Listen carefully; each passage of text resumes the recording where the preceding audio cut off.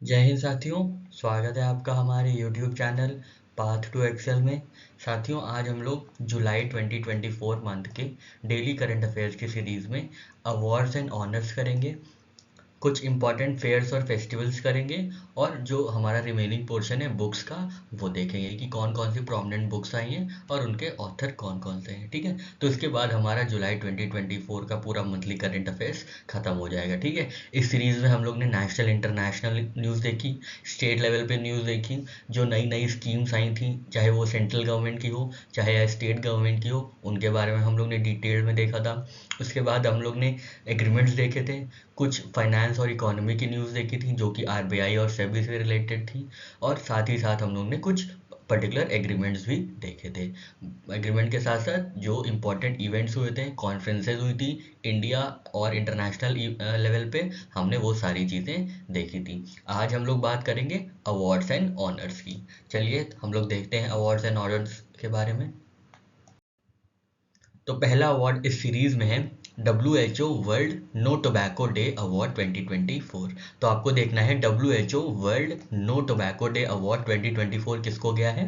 तो ये Odisha tobacco control cell को अवार्ड गया है। ठीक है, ओडिशा टोबैको कंट्रोल सेल ने ये अवार्ड रिसीव किया है किसके हाथों, तो WHO के हाथों। ठीक है, कौन सा award, world no tobacco day award. ठीक है, नेक्स्ट है नवरत्न कंपनी स्टेटस। तो सबसे पहले याद रखिएगा कि ये जो नवरत्न है, महारत्न है, मिनी रत्न है, ये जो कैटेगरीज है ये कौन प्रोवाइड करता है। तो याद रखिएगा ये department of public enterprises ministry of finance award करता है।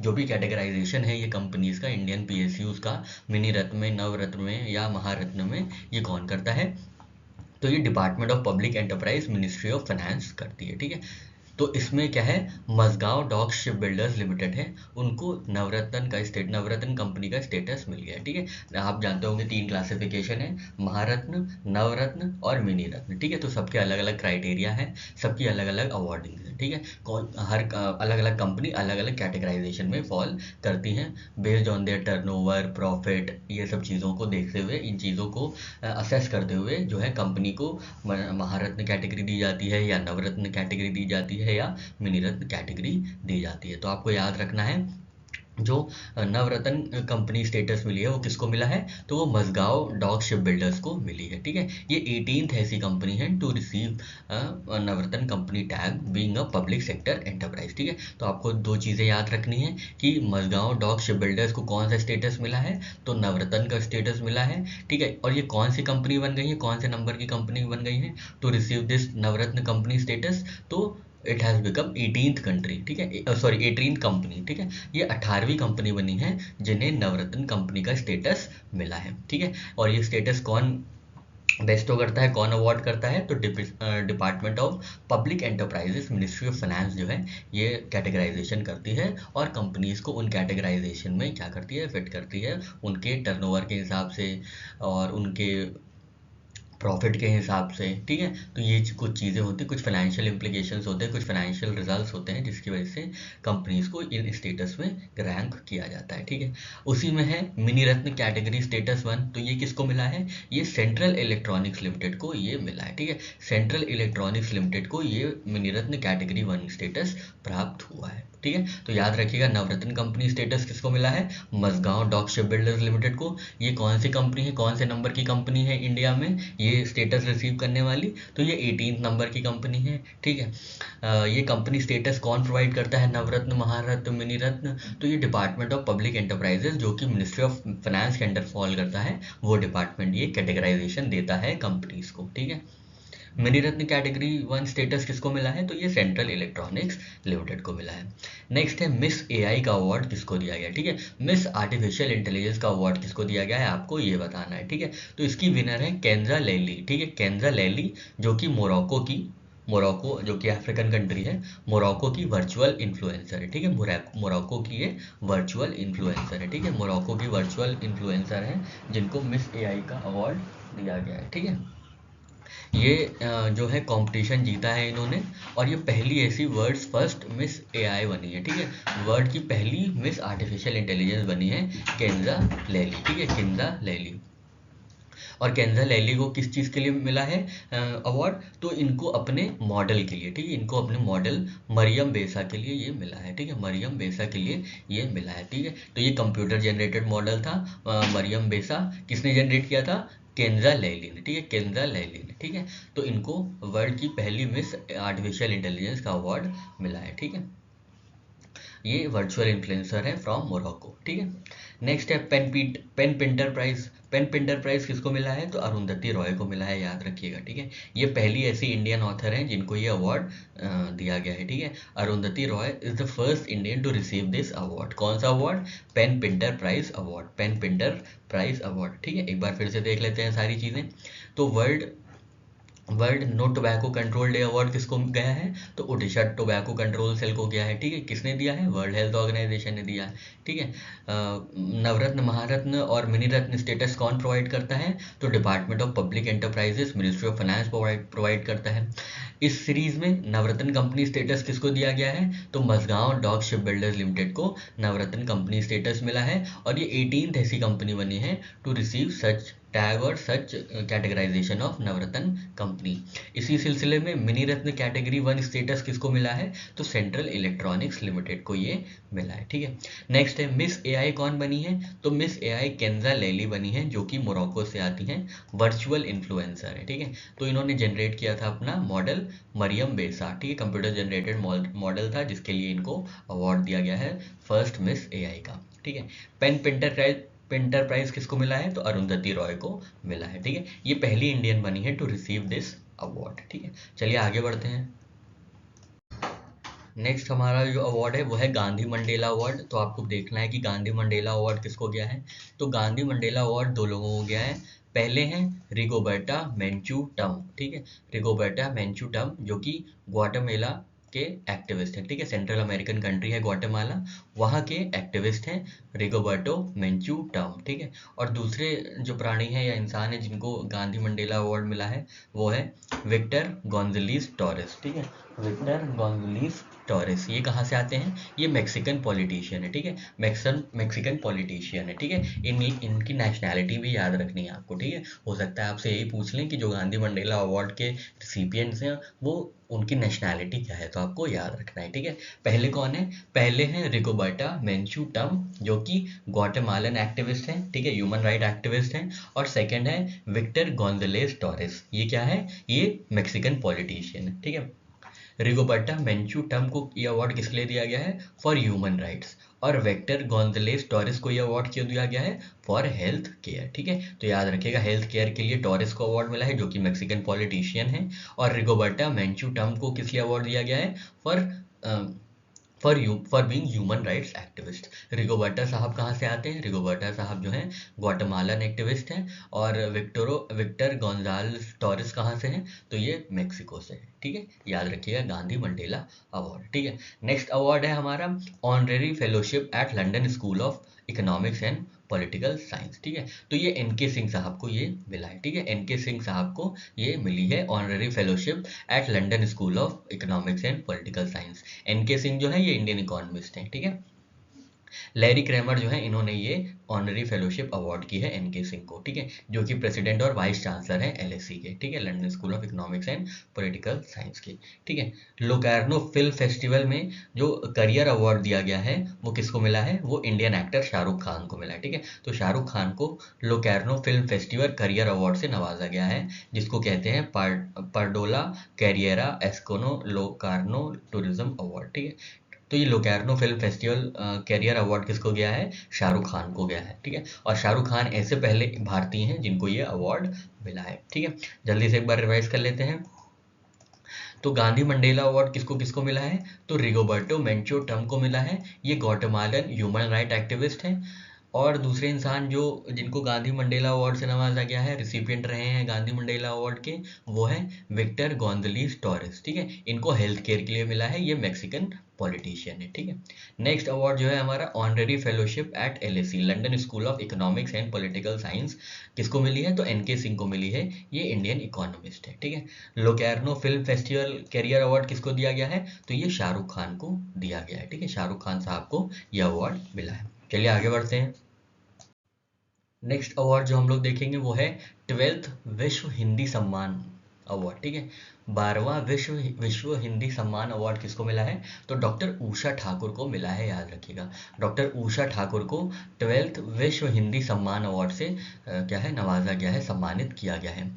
Doctor Usha Thakur was given this award for her contribution in the development of Hindi literature in Hindi Samvad programme organised by Indian embassy in Nepal, ठीक है।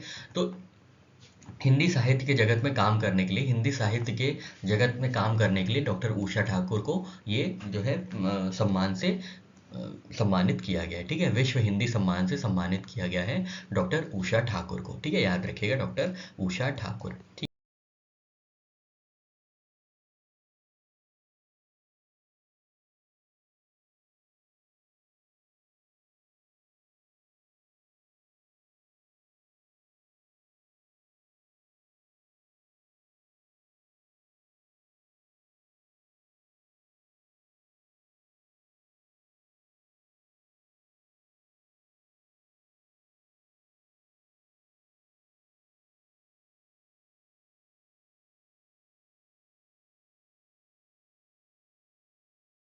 नेक्स्ट जो हमारा अवार्ड है वो है Chevalier de Legion de honneur award, जो कि फ्रांस का हाईएस्ट सिविलियन ऑनर है, ठीक है। तो अभी हमने रशिया का हाईएस्ट सिविलियन ऑनर देखा, ठीक है, Order of Saint Andrew the Apostle, ये किसको मिला है? ये श्री नरेंद्र मोदी साहब को मिला है। अब दूसरा जो ऑनर है वो फ्रांस के हाईएस्ट सिविलियन ऑनर का है, वो क्या है award? Chevalier de la Legion de honneur, ठीक है। तो ये किसको मिला है? ये रोशनी नादर मल्होत्रा जी को मिला है, जो कि चेयरमैन है HCL टेक की, ठीक है। ये किसको मिला है?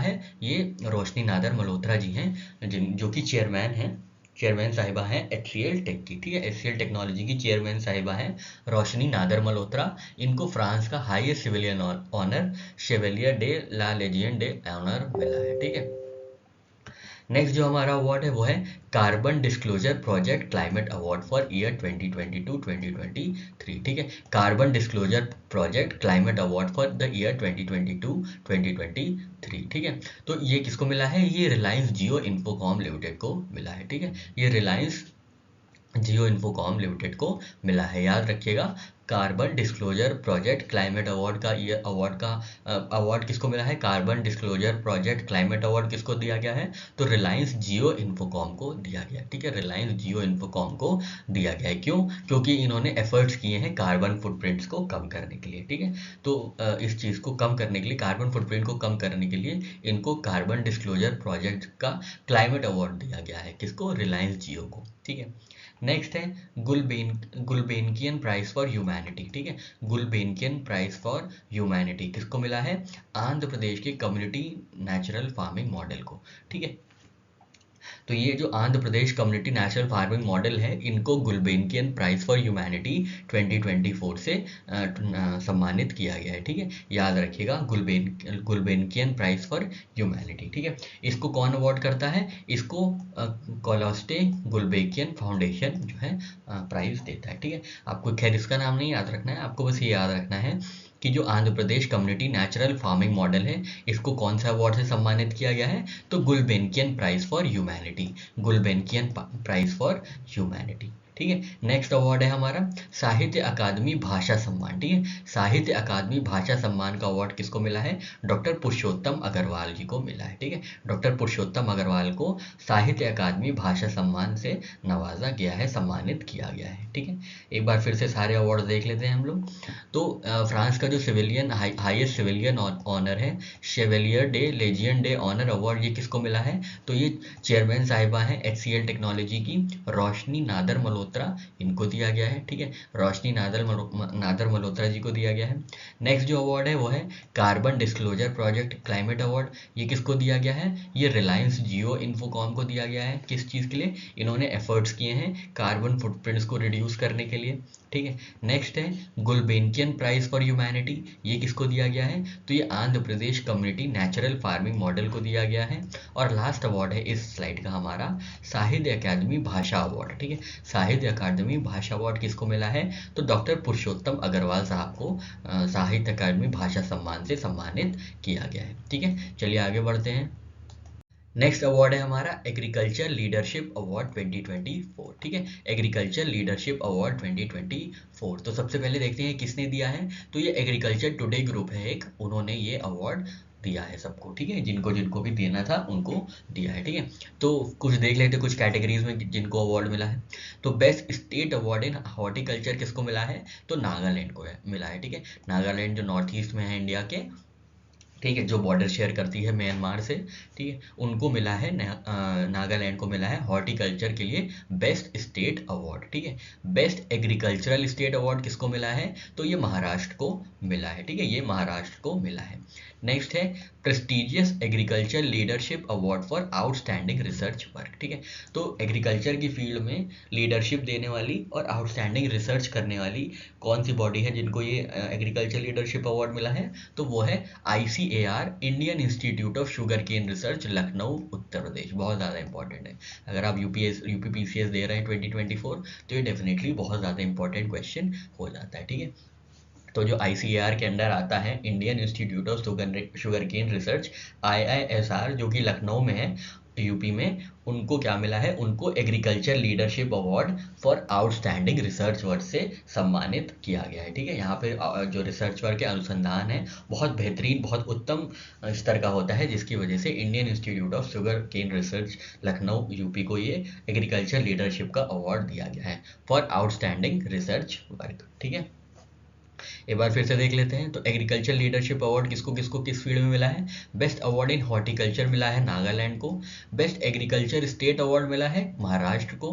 और प्रेस्टिजियस एग्रीकल्चर लीडरशिप अवार्ड मिला है फॉर आउटस्टैंडिंग रिसर्च वर्क, ये किसको मिला है, तो Indian institute of sugar cane Research, जो कि लोकेटेड है लखनऊ उत्तर प्रदेश में, ठीक है। और ये अवार्ड किसने दिया है, तो एग्रीकल्चर टेक्नोलॉजी ग्रुप ने ये अवार्ड दिया है, ठीक है। नेक्स्ट है बेस्ट टेक्नोलॉजी का अवार्ड किसको मिला है, एग्रीकल्चर लीडरशिप अवार्ड में ही ये इसका दूसरा पॉइंट है। बेस्ट टेक्नोलॉजी अवार्ड किसको मिला है, तो Indian institute of spices research, ठीक है, Indian institute of spices research को क्या मिला है बेस्ट टेक्नोलॉजी यूसेज का अवार्ड मिला है, ठीक है। बेस्ट टेक्नोलॉजी अवार्ड का जो अवार्ड बेस्ट टेक्नोलॉजी अवार्ड मिला है Indian institute of spices research को।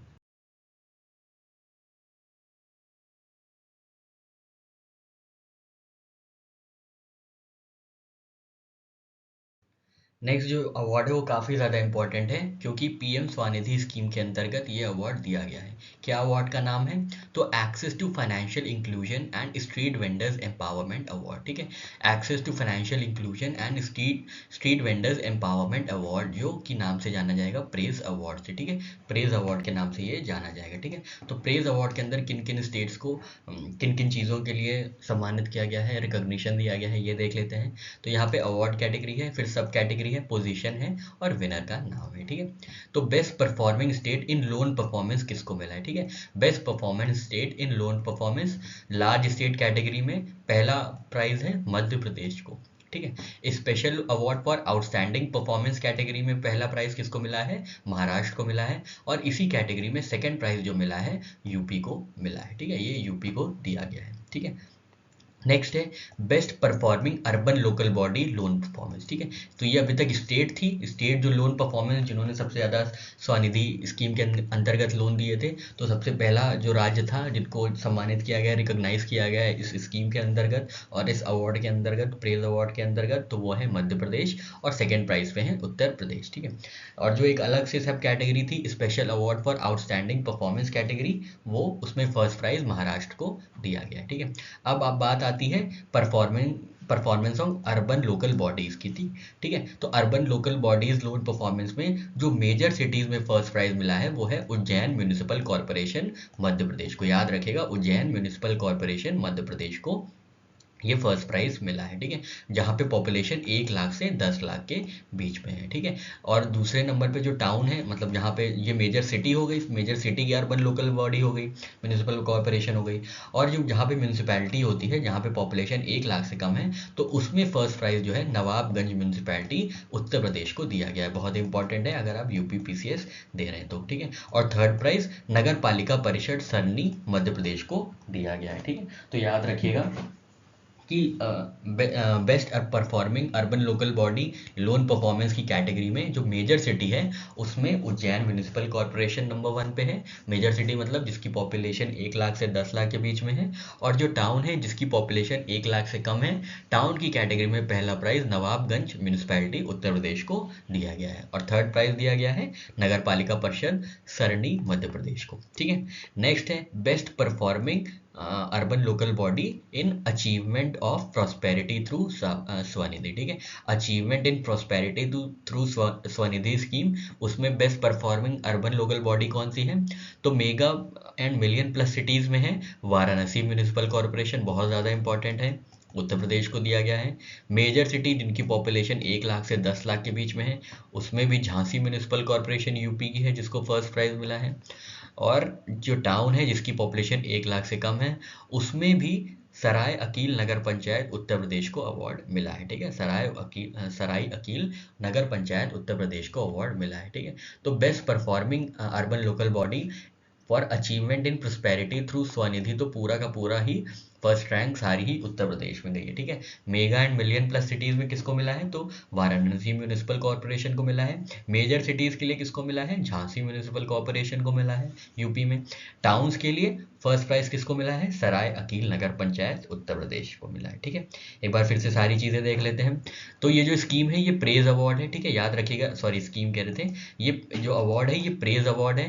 Access to financial inclusion and street vendors empowerment award, praise award किसके अंतर्गत है? पीएम स्वनिधि स्कीम के अंतर्गत ये दिया गया है। ठीक है, तो इसमें सबसे पहली अवार्ड कैटेगरी थी best performing state on loan performance. ठीक है, तो जो सबसे बेहतर राज्य रहा है लोन परफॉर्मेंस की कैटेगरी में, उसमें लार्ज स्टेट कैटेगरी में जो पहला प्राइज है वो मध्य प्रदेश को दिया गया है। ठीक है, इसी अवार्ड में सेकंड प्राइज जो है वो उत्तर प्रदेश को दिया गया है। ठीक है, और एक special award for outstanding performance category का अवार्ड दिया गया है महाराष्ट्र को। ठीक है, वो महाराष्ट्र को दिया गया है। इसके बाद है best performing urban local body इन लोन परफॉर्मेंस। पहले हमने स्टेट को चिन्हित किया, रिकॉग्नाइज किया, फिर हमने अर्बन लोकल बॉडी के परफॉर्मेंस को भी रिकॉग्नाइज किया। ठीक है, इसमें मेजर सिटी मतलब जो पॉपुलेशन जिसकी 1 लाख से 10 लाख के बीच में होगी, इसमें मेजर सिटी को पहला प्राइज किसको मिला था? उज्जैन म्यूनिसिपल कॉरपोरेशन एमपी को। फिर टाउन्स में ये अवार्ड किसको मिला है? टाउन्स मतलब जहाँ पे पॉपुलेशन 1 लाख से कम है, उसमें पहला प्राइज मिला है नवाबगंज म्यूनिसपैलिटी उत्तर प्रदेश को। ठीक है, और थर्ड प्राइज मिला है नगर पालिका परिषद सरनी मध्य प्रदेश को। ठीक है, फिर है best performing urban local body achievement in prosperity through Svanidhi scheme, ये किसको मिला है? तो mega and million plus cities में ये वाराणसी म्यूनिसिपल कॉरपोरेशन को मिला है। मेजर सिटीज मतलब पॉपुलेशन 1 लाख से 10 लाख वाले में पहला प्राइज झांसी म्यूनिसिपल कॉरपोरेशन को मिला है उत्तर प्रदेश स्टेट की। और जो टाउन्स है, टाउन्स में किसको मिला है ये? तो सराय अकील नगर पंचायत उत्तर प्रदेश को मिला है ये अवार्ड। ठीक है, चलिए आगे बढ़ते हैं। तो प्रेज अवार्ड की सीरीज में कुछ और कैटेगरीज है, देखते हैं। ठीक है, तो दूसरी जो कैटेगरी है वो है systematic progressive analytical real time ranking award, जिसको स्पार्क अवार्ड के नाम से जाना गया है या बताया गया है। ठीक है, systematic progressive analytical real time ranking award DENUIM। ठीक है, तो इसमें ओवरऑल स्टेट परफॉर्मेंस कैटेगरीज में फर्स्ट प्लेस में केरला को मिला है, सेकेंड प्लेस उत्तर प्रदेश की रही है, थर्ड प्लेस राजस्थान की रही है। ठीक है, और overall state performance in north east and hill states category में पहली प्लेस मिली है हिमाचल प्रदेश को, सेकेंड प्लेस मिली है त्रिपुरा को, और थर्ड प्लेस मिली है उत्तराखंड को। ठीक है, यहाँ पे याद रखिएगा आप कि जो systematic progressive analytical real time award ranking award है, जिसको स्पार्क बोला गया है प्रेज कैटेगरी में, प्रेज अवार्ड में, जो कि पीएम स्वनिधि के अंदर दिया जा रहा है, उसमें स्टेट परफॉर्मेंस में पहला स्थान जो है फर्स्ट प्लेस मिली है केरला को, सेकेंड प्लेस मिली है उत्तर प्रदेश को, और थर्ड प्लेस मिली है राजस्थान को। ठीक है, इसी कैटेगरी में systematic progressive analytical real time ranking award में जो हिल स्टेट्स और नॉर्थ ईस्ट स्टेट्स हैं, उनमें पहला स्थान जो है हिमाचल प्रदेश को प्राप्त हुआ है, सेकेंड प्लेस त्रिपुरा को मिली है, और थर्ड प्लेस उत्तराखंड को मिली है। ठीक है, नेक्स्ट अवार्ड है आउटस्टैंडिंग टेक्नोलॉजिकल इनोवेशन कैटेगरी। ठीक है, नेक्स्ट अवार्ड जो प्रेज अवार्ड के अंतर्गत दिया गया है वो कौन सा है? तो आउटस्टैंडिंग टेक्नोलॉजिकल इनोवेशन कैटेगरी। तो इसमें पहला स्थान जो मिला है वो मध्य प्रदेश को मिला है। ठीक है, पहला स्थान किसको मिला है? मध्य प्रदेश को मिला है for online identification of street vendors. ठीक है, मध्य प्रदेश को कौन सा स्थान मिला है? Online identification of street vendors. ठीक है, एक बार फिर से सारे अवार्ड देख लेते हैं। तो systematic progressive analytical real time ranking award किसको दिया गया है? फर्स्ट प्लेस पे है बड़े राज्यों में, पहले स्थान पे है केरला, सेकंड प्लेस पे है राजस्थान, थर्ड प्लेस पे है सेकंड प्लेस पे है उत्तर प्रदेश, थर्ड प्लेस पे है राजस्थान। ठीक है, इसी कैटेगरी में नॉर्थ ईस्ट और हिल स्टेट्स कौन कौन से हैं? तो नॉर्थ ईस्ट और हिल स्टेट्स में पहले स्थान पे है हिमाचल प्रदेश, सेकेंड प्लेस पे है त्रिपुरा, थर्ड प्लेस पे है उत्तराखंड। नेक्स्ट अवार्ड है outstanding technological innovation category award. तो ये किसको गया है? पहला स्थान इसमें मध्य प्रदेश को गया है for online identification of street vendors. ठीक है, चलिए आगे बढ़ते हैं। नेक्स्ट अवार्ड है हमारा साहित्य अकादमी युवा पुरस्कार अवार्ड। ठीक है, साहित्य अकादमी युवा पुरस्कार अवार्ड। ठीक है, यहाँ पे कुछ लैंग्वेजेस हैं, देख लेते हैं। तो हिंदी लैंग्वेज में मिला है गौरव पांडे को। ठीक है, गौरव पांडे जो लेखक हैं उनको मिला है किस चीज़ के लिए? उनकी कविता की किताब के लिए, स्मृतियों के बीच घिरी है पृथ्वी। ठीक है, स्मृतियों के बीच घिरी है पृथ्वी के लिए ये अवार्ड किसको गया है? ये साहित्य अकादमी युवा पुरस्कार अवार्ड। तो ये गौरव पांडे जी को मिला है हिंदी में। इंग्लिश में किसको मिला है? होमलेस के लिए, growing up lesbian and dyslexic in India a memoir. ये किसको मिला है? ये के वैशाली को मिला है। ठीक है, इंग्लिश में के वैशाली को homeless, growing up lesbian and dyslexic in India a memoir के लिए मिला है। ठीक है, नेक्स्ट है उर्दू के लिए साहित्य अकादमी युवा पुरस्कार किसको मिला है? तो जो मिला है स्टेपनी के लिए ये मिला है, जो कि शॉर्ट स्टोरीज है, लघु कथाओं का एक संग्रह है। ये किसको मिला है? जावेद अंबर मिसबाही को। ठीक है, जावेद अंबर मिसबाही को स्टेपनी के लिए उर्दू भाषा में साहित्य अकादमी युवा पुरस्कार से नवाजा गया है, सम्मानित किया गया है।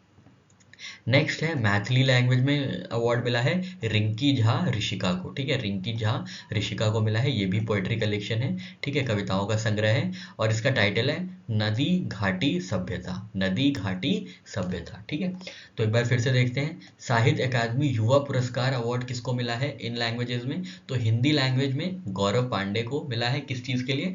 तो अपनी कविताओं के संग्रह के लिए मिला है। कविताओं के संग्रह का टाइटल क्या है? तो स्मृतियों के बीच घिरी है पृथ्वी टाइटल है। इंग्लिश में ये अवार्ड किसको मिला है? के वैशाली को मिला है, किस चीज़ के लिए? तो अ मेमोयर के लिए, जिसका नाम है homeless, growing up lesbian and dyslexic in India. Next language जो अवार्ड जिसमें मिला है वो है उर्दू। किसके लिए मिला है? स्टेपनी, जो कि शॉर्ट स्टोरीज हैं। किसको मिला है? जावेद अंबर मिसबाही को मिला है। नेक्स्ट लैंग्वेज है हमारी मैथिली। इसमें किसको मिला है? इसमें रिंकी झा ऋषिका को मिला है, जो कि लिखी है जिन्होंने एक पोएट्री कलेक्शन है जिनका नदी घाटी सभ्यता, नदी घाटी सभ्यता। नेक्स्ट अवार्ड है हमारा साहित्य अकादमी चिल्ड्रन लिटरेचर्स अवार्ड। ठीक है, तो ये अभी था युवा पुरस्कार अवार्ड और ये अब है चिल्ड्रंस लिटरेचर अवार्ड। ठीक है, हिंदी में किसको मिला है? हिंदी में मिला है देवेंद्र कुमार जी को। किसके लिए? 21 बाल कहानियाँ के लिए। ठीक है, 51 बाल कहानियाँ, 51 बाल कहानियाँ के लिए देवेंद्र कुमार जी को हिंदी में साहित्य अकादमी चिल्ड्रन लिटरेचर अवार्ड मिला है। इंग्लिश में मिला है नंदिनी सेन गुप्त को for blue Horse and the other Amazing Animals from Indian History, a historical fiction के लिए। संस्कृत में मिला है हर्षदेव माधव को बुभुक्षिता काका के लिए। ठीक है, बुभुक्षिता काका के लिए ये शॉर्ट स्टोरी है। हर्षदेव माधव को संस्कृत में अवार्ड दिया गया है। ठीक है, उर्दू में ये अवार्ड दिया गया है शमशुल इस्लाम फारूकी साहब को। ठीक है, इनका टाइटल क्या था? तो बर्फ का देश अंटार्कटिका, बर्फ का देश अंटार्कटिका के लिए इनको अवार्ड मिला है शमशुल इस्लाम फारूकी जी को। ठीक है, मैथिली में चिल्ड्रंस लिटरेचर अवार्ड किसको मिला है? तो अनार के लिए अवार्ड मिला है नारायण जी को। ठीक है, अवार्ड मिला है नारायण जी को अनार के लिए मैथिली में चिल्ड्रंस लिटरेचर अवार्ड। ठीक है, एक बार फिर से सारे अवार्ड्स देख लेते हैं। तो सबसे पहले हम लोग ने युवा पुरस्कार देखा था, साहित्य अकादमी युवा पुरस्कार अवार्ड। ठीक है, हिंदी में किसको मिला है? हिंदी में मिला है गौरव पांडे को। किसके लिए? पोएट्री कलेक्शन के लिए। क्या टाइटल का नाम है? तो स्मृतियों के बीच घिरी है पृथ्वी। नेक्स्ट है इंग्लिश लैंग्वेज में किसको अवार्ड मिला है? तो के वैशाली को मिला है। किसके लिए? Homeless, growing up lesbian and dyslexic in India a memoir के लिए। उर्दू में ये अवार्ड किसको मिला है? युवा पुरस्कार अवार्ड। तो जावेद अंबर मिसबाही को मिला है स्टेपनी टाइटल के लिए, स्टेपनी शॉर्ट स्टोरीज के लिए, जिसका टाइटल स्टेपनी ही है। मैथिली में ये अवार्ड युवा पुरस्कार अवार्ड किसको मिला है? रिंकी झा ऋषिका को मिला है अपनी कविता संग्रह नदी घाटी सभ्यता के लिए। ठीक है। साहित्य अकादमी चिल्ड्रंस लिटरेचर अवार्ड की बात करते हैं तो साहित्य अकादमी चिल्ड्रंस लिटरेचर अवार्ड हिंदी में किसको मिला है? देवेंद्र कुमार जी को मिला है। किसके लिए? अपनी कथा संग्रह के लिए जिसका नाम है 51 बाल कहानियां। इंग्लिश में children's literature award Nandini Sengupta को मिला है for the Blue Horse and Other Amazing Animals from Indian History a historical fiction. Sanskrit में चिल्ड्रंस लिटरेचर अवार्ड किसको मिला है? तो ये हर्षदेव माधव को मिला है। किस चीज़ के लिए? बुभुक्षिता काका के लिए, जो कि शॉर्ट स्टोरीज हैं। उर्दू में चिल्ड्रन लिटरेचर अवार्ड किसको मिला है? तो बर्फ का देश अंटार्कटिका, जो कि शॉर्ट स्टोरीज हैं, इनको मिला है शमशूल इस्लाम फारूकी को। ठीक है, शमशूल इस्लाम फारूकी को बर्फ का देश अंटार्कटिका के लिए उर्दू में चिल्ड्रन लिटरेचर प्राइज से सम्मानित किया गया है। और मैथिली में चिल्ड्रन लिटरेचर अवार्ड किसको मिला है? तो नारायण जी को मिला है। किस चीज़ के लिए? लघु कथाओं के लिए, जिसका नाम है अनार। ठीक है, चलिए आगे बढ़ते हैं। अब कुछ इंपॉर्टेंट एग्रीमेंट्स देखते हैं जो जुलाई 2024 में हुए हैं। ठीक है, जुलाई 2024 में जो इंपॉर्टेंट एग्रीमेंट्स हुए हैं तो देख लेते हैं। तो सबसे इंपॉर्टेंट जो एग्रीमेंट हुआ है वो इंडिया और ताइवान के बीच हुआ है। किसके लिए? For recognition of organic products. ठीक है, अपने देशों के ऑर्गेनिक प्रोडक्ट्स को रिकॉग्नाइज करने के लिए, उनकी मार्केटेबिलिटी बढ़ाने के लिए एक दूसरे के देश में इंडिया और ताइवान में ये एग्रीमेंट साइन हुआ है। ठीक है, नेक्स्ट है agreement between national informatics centre and spices board. ठीक है, ये किस लिए हुआ है? ये डेवलप और डिप्लॉय करेंगे artificial intelligence aided tools for detection and classification of diseases of large cardamom. ठीक है, लार्ज कार्डमम के लिए, बड़ी इलायची के लिए, जो भी बड़ी इलायची में जो भी बीमारियां होती हैं उसको डिटेक्ट करने के लिए आर्टिफिशियल इंटेलिजेंस की मदद ली जाएगी। और इस मदद को लेने के लिए नेशनल इंफॉर्मेटिक्स सेंटर और स्पाइसेस बोर्ड में आपस में एग्रीमेंट हुआ है। ठीक है, नेशनल इंफॉर्मेटिक्स सेंटर ने अपना centre of excellence in artificial intelligence खोला है। कहाँ पे? NIC कोलकाता में, याद रखिएगा। ठीक है, तो centre of excellence in artificial intelligence कहाँ पे खोला गया है? तो ये खोला गया है नेशनल इंफॉर्मेटिक्स सेंटर कोलकाता में। ठीक है, नेक्स्ट है नीति आयोग और वर्ल्ड इंटेलेक्चुअल प्रॉपर्टी ऑर्गेनाइजेशन के बीच एक एग्रीमेंट साइन हुआ है to promote innovation and intellectual property in global south. ठीक है, तो इंटेलेक्चुअल प्रॉपर्टी और इनोवेशन को प्रमोट करने के लिए ग्लोबल साउथ में जो अटल इनोवेशन मिशन है, जो कि नीति आयोग का एक प्रोग्राम है, उनके बीच और वर्ल्ड इंटेलेक्चुअल प्रॉपर्टी ऑर्गेनाइजेशन के बीच ये एग्रीमेंट साइन हुआ है। ठीक है, नेक्स्ट है इंडिया ने साइन किया है biodiversity beyond national jurisdiction agreement. ठीक है, तो इंडिया ने साइन किया है बायोडाइवर्सिटी बियॉन्ड नेशनल ज्यूरिसडिक्शन, जो कि यूनाइटेड नेशंस ने अडॉप्ट किया था इन 2023। ठीक है, तो प्रधानमंत्री साहब की जो यूनियन कैबिनेट है उन्होंने अप्रूव कर दिया है कि इंडिया जो है सिग्नेटरी होगी, रेटिफाई करेगी biodiversity beyond national jurisdiction agreement को। ठीक है, ऑन 2 जुलाई 2024। और ये जो एग्रीमेंट है इसको इम्प्लीमेंट कौन करेगा? तो इसको इम्प्लीमेंट करेगी मिनिस्ट्री ऑफ अर्थ साइंसेज। ठीक है, मिनिस्ट्री ऑफ अर्थ साइंसेज जो है इस एग्रीमेंट को इम्प्लीमेंट करेगी। ठीक है, एक बार फिर से सारे एग्रीमेंट्स देख लेते हैं। तो सबसे पहला एग्रीमेंट हुआ है इंडिया और ताइवान के बीच। किसके लिए? For recognition of organic products, India और ताइवान के बीच हुआ है। ठीक है, फिर हुआ है नेशनल इंफॉर्मेटिक्स सेंटर और स्पाइसेस बोर्ड के बीच। किस लिए? ताकि डिटेक्ट किया जा सके बड़ी इलायची में लार्ज कार्डमम में डिजीजेस। किसकी मदद से? आर्टिफिशियल इंटेलिजेंस की मदद से। इसी के साथ साथ NIC कोलकाता में, नेशनल इंफॉर्मेटिक्स सेंटर कोलकाता में centre of excellence in artificial intelligence को स्टैब्लिश किया गया है। ठीक है, उसके बाद अटल innovation mission of NITI Aayog और वर्ल्ड इंटेलेक्चुअल प्रॉपर्टी ऑर्गेनाइजेशन के बीच एक समझौता साइन हुआ है। किस चीज़ के लिए? इनोवेशन को प्रमोट करने के लिए और इंटेलेक्चुअल प्रॉपर्टी को प्रमोट करने के लिए इन ग्लोबल साउथ। नेक्स्ट न्यूज़ है, नेक्स्ट एग्रीमेंट है, इंडिया ने साइन किया है biodiversity beyond national jurisdiction award. ठीक है, India science biodiversity beyond national jurisdiction award. ठीक है, और इस एग्रीमेंट को इम्प्लीमेंट कौन करेगा? तो ये बहुत इंपॉर्टेंट है, याद रखिएगा, मिनिस्ट्री ऑफ अर्थ साइंसेज। हो सकता है आप कंफ्यूज हो जाए बायोडाइवर्सिटी देख के कि ministry of environment and forest affairs ये कर सकती है। ठीक है, ऐसा नहीं है, ये जो इम्प्लीमेंट करेगी ये करेगी मिनिस्ट्री ऑफ अर्थ साइंसेस। ठीक है, चलिए आगे बढ़ते हैं।